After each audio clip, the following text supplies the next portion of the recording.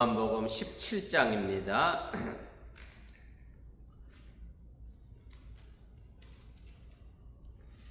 하나님 말씀 요한복음 17장 우리 20절 말씀에서부터 26절까지입니다. 한 절씩 교독하시고 우리 26절은 함께 읽겠습니다. 내가 비옵는 것은 이 사람들만 위함이 아니요 또 그들의 말로 말미암아 나를 믿는 사람들도 위함이니 아버지여, 아버지께서 내 안에 내가 아버지 안에 있는 것 같이 그들도 다 하나가 되어 우리 안에 있게 하사 세상으로 아버지께서 나를 보내신 것을 믿게 하옵소서. 내게 주신 영광을 내가 그들에게 주었사오니 이는 우리가 하나 된 것 같이 그들도 하나가 되게 하려 함이니이다. 곧 내가 그들 안에 있고 아버지께서 내 안에 계시니 그들로 온전함을 이루어 하나가 되게 하려 함은 아버지께서 나를 보내신 것과 또 나를 사랑하신 같이 그들도 사랑하신 것을 세상으로 알게 하려 함이로소이다. 아버지여 내게 주신 자도 나 있는 곳에 나와 함께 있어 아버지께서 창세전부터 나를 사랑하심으로 내게 주신 나의 영광을 그들로 보게 하시기를 원하옵나이다. 의로우신 아버지여, 세상이 아버지를 알지 못하여도 나는 아버지를 알았사옵고 그들도 아버지께서 나를 보내신 줄 알았사옵나이다. 내가 아버지의 이름을 그들에게 알게 하였고 또 알게 하리니 이는 나를 사랑하신 사랑이 그들 안에 있고 나도 그들 안에 있게 하려 함이니이다. 아멘. 예, 오늘 요한복음 85번째 시간입니다. 예수님께서 모든 성도들을 위하여 기도하신 그런 내용의 말씀입니다. 우리가 내용본에 보시면 예수님께서 마지막 고별 설교를 하시면서 이제 마무리를 하시면서 5번째 중보 기도를 하십니다. 먼저는 자신을 위하여 이제 중보 기도를 하시고 나서 그 다음에 제자들 사도들을 위하여 중보 기도하시고 그 다음에 이제 마지막으로 이 땅에 있는 모든 성도들을 위하여 이제 중보 기도하심으로 해서 예수님께서 이제 13장에서부터 하셨던 이제 고별 설교를 최종 마무리하며 정리를 하시게 됩니다. 자, 우리 본문 개역 보겠습니다. 그래서 예수님께서 제자들을 위하여 이제 중보 기도하신 다음에 이어서 이제 미래의 모든 성도들을 위하여 이제 중보하시게 되는데 이것은 뭐 제자들과 중보 기도하셨던 내용과 얼추 이제 비슷합니다. 이제 제자들이 예수님께서 떠나가신 다음에 이제 세상이 박해 때문에 어려움을 당할까 염려하면서 이제 저들이 서로 하나 되게 해달라라고 이제 그렇게 기도하셨는데 마찬가지로 미래의 성도들을 위해서도 예수님의 중보 기도는 성도들 간에 이제 하나 되고 서로 연합하고 그리고 마지막에 성도들이 하나님의 영광에 이제 참여하게 해 주실 것을 이제 구하면서 이제 제자들에게 했던 중보 기도와 이제 서로 일맥상통하는 그런 기도를 이어서 이제 하시게 됩니다. 자, 6페이지로 올라가겠습니다. 그래서 근데 다만 이제 주님의 이 기도는 예수님께서 이 땅에 오신 목적이 이제 그때 당시에 유대인만을 구원하는 데 있는 것이 아니라 결국은 땅끝까지 이르러 모든 세대에 또 모든 미래에 걸쳐져 있는 세상 사람들을 위하여 구원하는 데 있음을 분명하게 우리에게 이제 보여주고 있다라고 하는 얘기고, 그리고 예수님께서 이제 12 제자를 택하시고 그들을 위하여 중보 기도하시면서 또 그들로 하여금 세상에 복음을 전하게 하신 이유가 바로 이 땅에 있는 모든 사람들을 구원해 내기 위한 목적의 의미가 거기에 담겨져 있음 또한 여러분들이 깨달으시기를 바랍니다. 그래서 오늘 우리가 읽은 20절부터 26절까지 있는 말씀은 이제 크게 셋으로 나눠볼 수가 있습니다. 먼저는 예수님께서 이제 미래의 성도들을 위하여 기도하시는 내용이 이제 담겨져 있는데 그것이 20절부터 이제 24절까지 이제 기록이 되어져 있고요. 20절부터 24절에 예수님께서 이제 미래의 성도들을 위하여 두 가지 기도를 하시게 됩니다. 그 첫째는 이제 제자들이 열심히 복음 전하는 그 선교로 인하여 이제 구원을 얻은 영생을 얻은 성도들이 서로 사랑으로 하나 되게 해달라라고 하는 그런 기도고요. 그 하나 되게 하는 방법에 관하여 이제 두 가지로 이제 이야기를 하시게 됩니다. 그 첫째는 예수님의 말씀을 통해서 서로 하나 되게 해달라라고 하는 얘기고, 또 다른 하나는 하나님의 영광을 통해서 하나 되게 해달라라고 하는 얘기입니다. 오늘 요 말씀의 내용은 수독 시간에 조금 더 자세하게 제가 설명을 하겠습니다. 자, 두 번째 단락의 이야기는 오늘 24절에 있는 말씀의 내용인데, 예수님이 이제 제자들을 통해 구원받은 성도들이 예수님 자신과 함께 있어서 창세전 예수님께서 누리셨던 영광을 그 성도들도 함께 누렸으면 좋겠다. 그 영광을 함께 봤으면 좋겠다라고 이제 기도를 하시게 되고요. 마지막 세 번째는 25절부터 26절까지 있는 말씀이고, 예수님의 사역을 전부 이제 돌아보신 다음에 자신이 마지막까지 아버지의 이름을 알리는 목적이 무엇인지를 이제 분명하게 우리에게 말씀을 해 주시게 됩니다.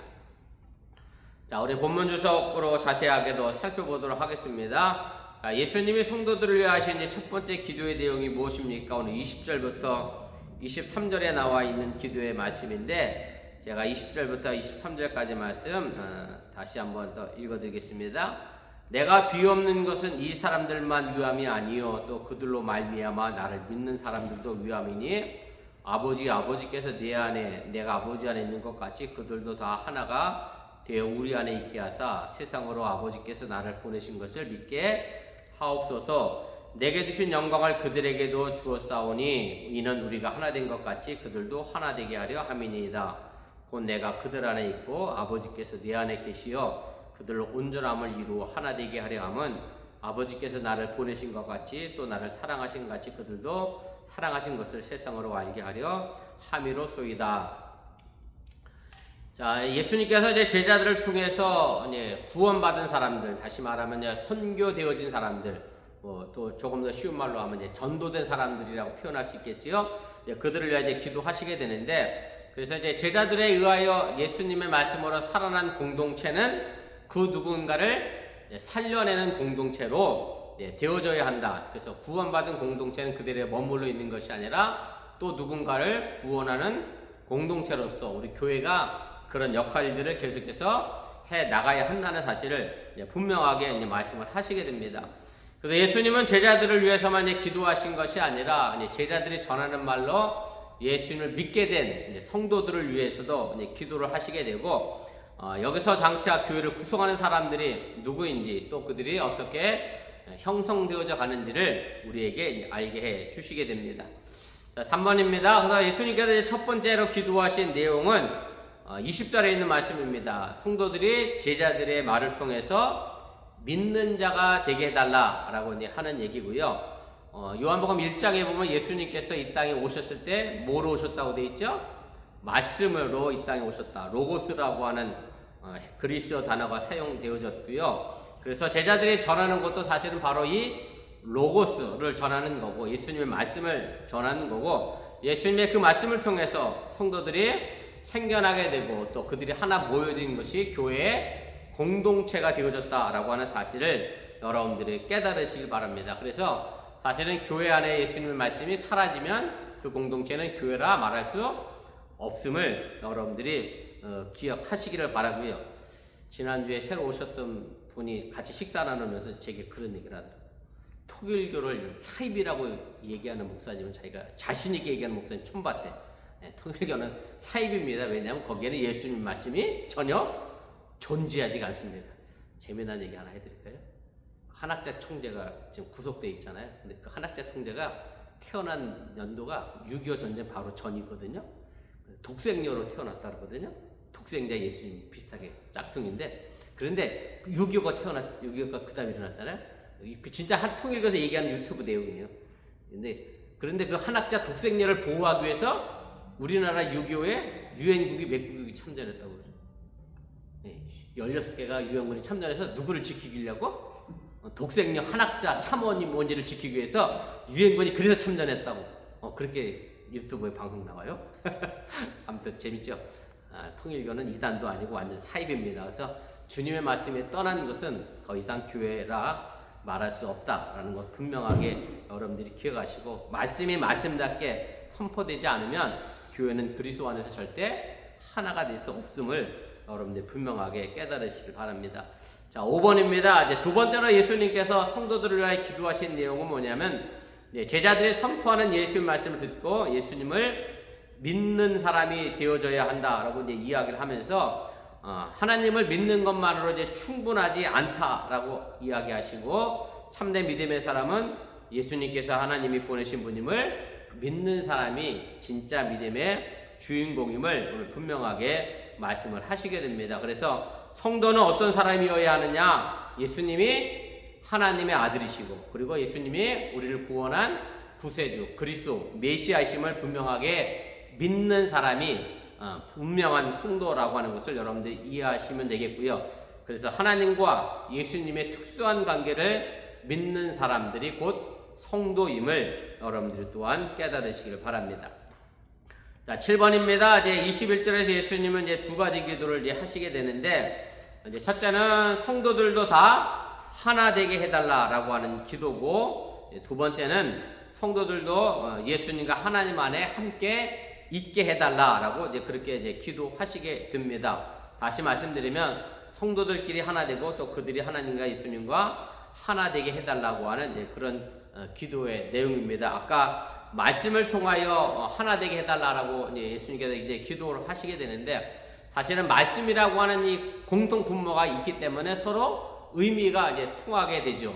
근데 사실은 내 주위에 있는 사람들과 우리가 이야기할 때 편한 것은 같은 공통 분모가 있으니까, 추억이 있으니까 그것이 얘기가 되는데, 사실은 나와 추억을 공유하지 않은 사람과의 이야기는 어느 정도 단절될 수밖에 없는 그런 상황에 놓이게 됩니다. 그래서 사실은 교회 안에 있는 성도들은 뭐로 공유되어져야 되냐면 바로 예수님의 말씀으로 서로 공유되어지고 그래서 하나 되어지게 된다라고 하는 이야기고요. 고향 사람들이 왜 반갑고 좋아요? 고향에 대한 이야기를 서로 너무나 잘 알고 있으니까 뭐 굳이 얘기하지 않아도 잘 아는 것처럼 바로 그렇게 교회와 성도들은 예수님 말씀으로 하나 되어져야 한다라는 사실을 여러분들이 깨달으실 바랍니다. 그래서 그렇게 하나 되면 그 결과로 어떤 일들이 벌어지게 되느냐 하면 세상이 하나님께서 예수님을 보낸 것을 믿게 될 거다라고 분명하게 기도를 하시게 됩니다. 자, 9번입니다. 예수님은 22절, 23절에서도 이제 제자들이 이미 하나 되게 해달라고 이제 기도를 하셨는데, 이것이 사실은 20절, 21절의 기도를 이제 반복해서 이제 발전시킨 그런 내용이고요. 이번에는 하나 되게 하시는 방법으로 다른 방법을 제시하시게 되는데, 그것은 이제 제자들을 통하여 전하지는 말씀이 아니라 이번에는 하나님의 영광을 통해서 서로 하나 되게 해달라라고 말씀을 하시게 되고, 우리가 하나님의 영광, 예수님의 십자가의 고난이라고 하는 공통 분모가 우리에게 있기 때문에 우리는 또 언제든지 하나 될 수 있음을 여러분들이 깨달으시길 바랍니다. 하나 되게 하려고 하는 목적도 이제 조금 이제 달라지게 됐는데요. 그것은 뭐냐면, 아까는 하나 되게 해달라는 것이 세상이 예수님을 하나님께서 보낸 사람으로 알게 해달라라고 하는 얘기였고, 하나님의 영광을 통해서는 하나님의 성도들을 사랑하시는 줄을 세상이 알게 해달라라고 이제 이야기를 하시게 됩니다. 결국은 말씀으로 하나 되어지고 또 하나님의 영광으로 하나 되어지는 것은 하나님이 우리를 사랑하신다라고 하는 증거임을 여러분들이 깨달으시기를 바랍니다. 자, 11번입니다. 22절에서 예수님은 일차 연합의 방법으로 하나님의 영광을 이제 제시하시게 되고, 예수님이 주시는 이 영광 때문에 결국 성도들이 하나 될 수 있다라고 하는 얘기고요. 또 이 영광은 하나님이 예수님께 친히 주신 영광이고, 그렇기 때문에 우리가 받은 영광을 알려고 하면 예수님이 하나님께 받으신 영광을 우리가 알게 되면 자연스럽게 우리가 그 영광에 우리도 참여하게 된다라고 하는 얘기입니다. 자, 그럼 예수님이 제자들에게 주신 영광은 무엇이냐면 바로 하나님의 충만한 존재 그 자체임을 여러분들이 깨달으시기를 바라고요.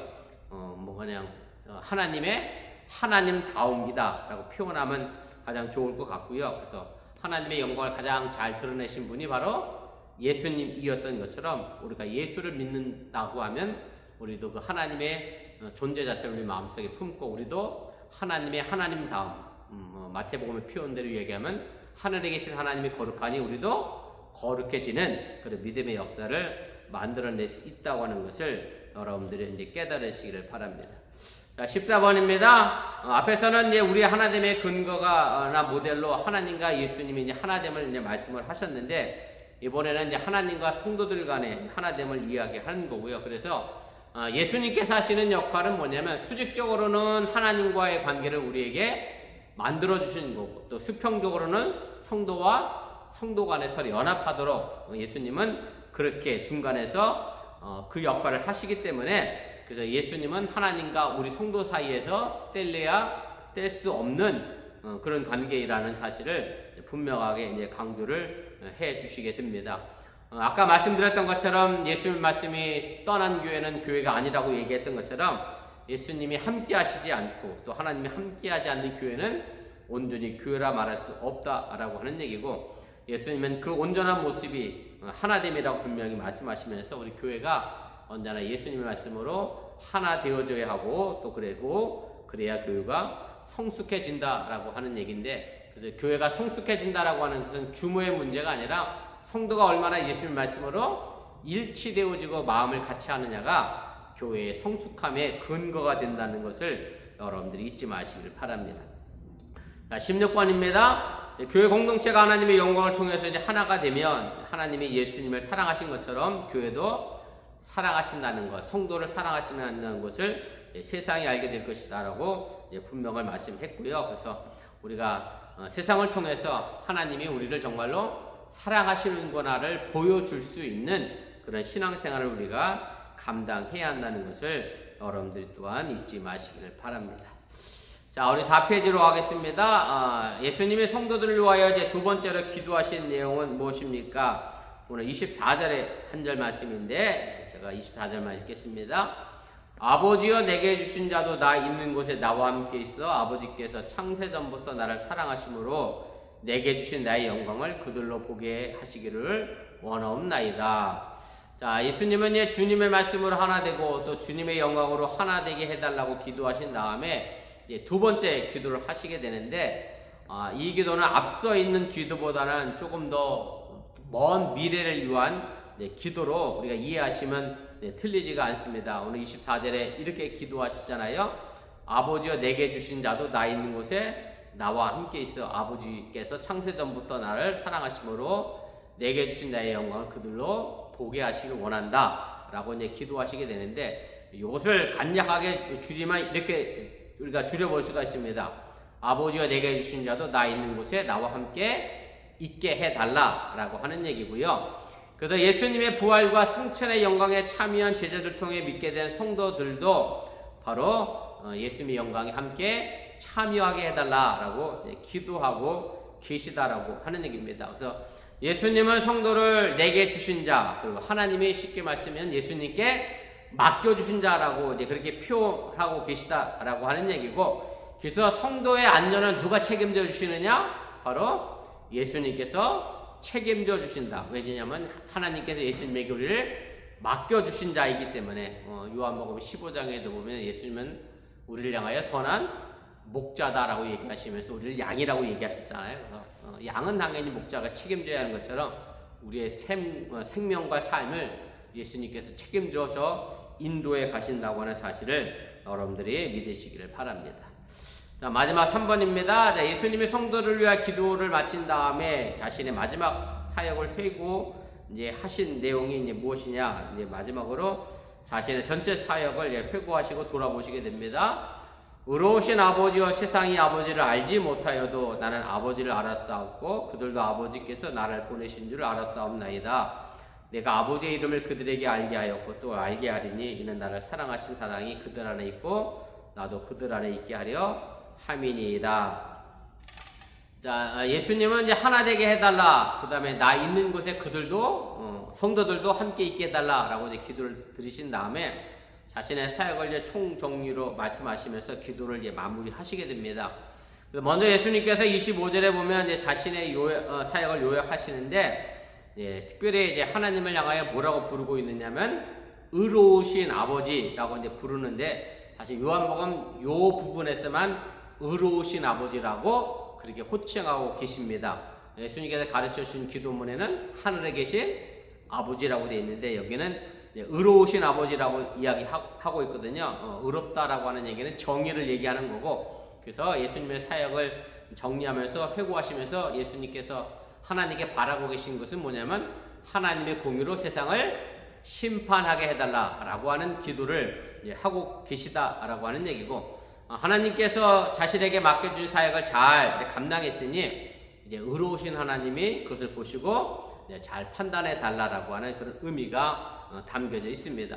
자, 예수님의 사역의 결과는 어떻게 나타났느냐면 하나님을 알지 못하는 세상과 그리고 하나님을 아는 예수님 그리고 예수님이 하나님이 보내신 분을 아는 제자들로 나누어지게 됩니다. 25절에 안다라고 하는 말은 믿는다라고 하는 말로도 바꿔도 괜찮고요. 그러나 예수님이 하나님을 아셨다라고 하는 것은 하나님의 뜻대로 다 순종하셨다. 하나님을 온전히 믿고 따랐다라고 하는 그런 의미가 있습니다. 자, 오늘 예수님께서 이제 세 부류로 사람을 나눴는데 요한복음 1장에도 동일하게 되어 있습니다만 말씀이 이 땅에 오셨는데 예수님이 빛으로 세상에 오셨는데 세상 사람들은 그 빛을 알아보지 못했다. 세상은 예수님을 제대로 알아보지 못했습니다. 라고 이제 분명하게 이제 선언을 했고요. 그런데 그 가운데서도 예수님을 알아봤던 제자들이 있었고 그리고 그 제자들은 예수님이 하나님의 아들인지 알게 됐다라고 하는 얘기고 그리고 그 제자들을 통하여 구원받은 우리들도 이제 하나님을 아는 사람이 됐다. 예수님을 아는 사람이 됐다라고 분명하게 이제 말씀을 하시게 됩니다. 그래서 여러분들이 세상에 복음을 전하면서 이렇게 실망하고 좌절할 이유가 없는 것은 예수님이 왔음에도 불구하고 예수님을 믿지 못했던 사람들이 있습니다. 예수님의 복음을 전해도 예수님을 받아들이지 않았던 사람들이 있습니다. 이건 분명하게 이제 갈라지게 된다라고 하는 얘기고, 그래서 우리가 전하는 복음에 대하여 저 사람이 받아들이지 않는다고 해서 실망하고 좌절할 게 아니라 그냥 내게 주어진 사명을 우리가 끊임없이 감당해야 될 책임을 우리가 가지고 있다라고 하는 얘기고, 결국 예수님이 전한 복음을 안 믿은 사람도 있지만 그것을 믿어 지금까지 복음을 전해 우리에게 전해진 것처럼 여러분들의 그 복음 전함이 언젠가는 아름다운 결실을 맺게 된다고 하는 사실 또한 여러분들이 잊지 마시길 바랍니다.